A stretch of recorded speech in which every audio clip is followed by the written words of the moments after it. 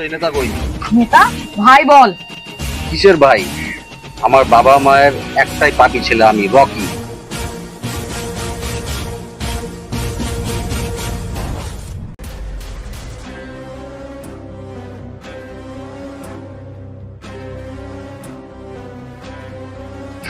ভাই সালাম।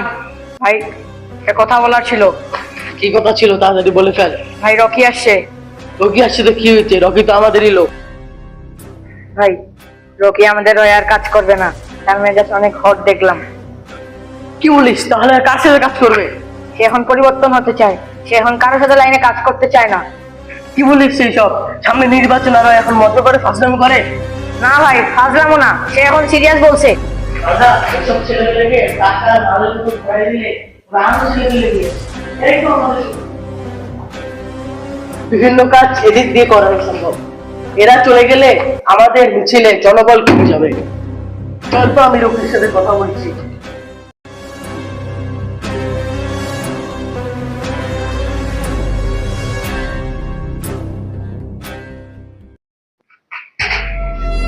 কিরে রকি, দিনেশ আমাকে যে কথাগুলো বললো ওগুলো কি সত্যি? হ্যাঁ সত্যি বলছি আমি। বাহ বাহ, এতদিন আমার ছায়া থেকে তুই নাম কামাইছিলি, আমার জন্য লোকজন তোকে ভয় পায়, আমার জন্য একমাত্র তুই রকি হয়েছিস। রকি নামটি আমার বাবা মার দেওয়া, পবিত্র নাম। আর এই নামটি অপবিত্র হয়েছে আপনার জন্য। মানুষের জীবন নিয়ে মানুষকে ভয় দেখিয়ে চাঁদাবাজি করে থাপ্পড় দিয়েছি। কোনো না কোনো মায়ের অভিশাপে এই রকি নামটি অভিশপ্ত নাম হয়ে দাঁড়িয়েছে আপনার জন্য।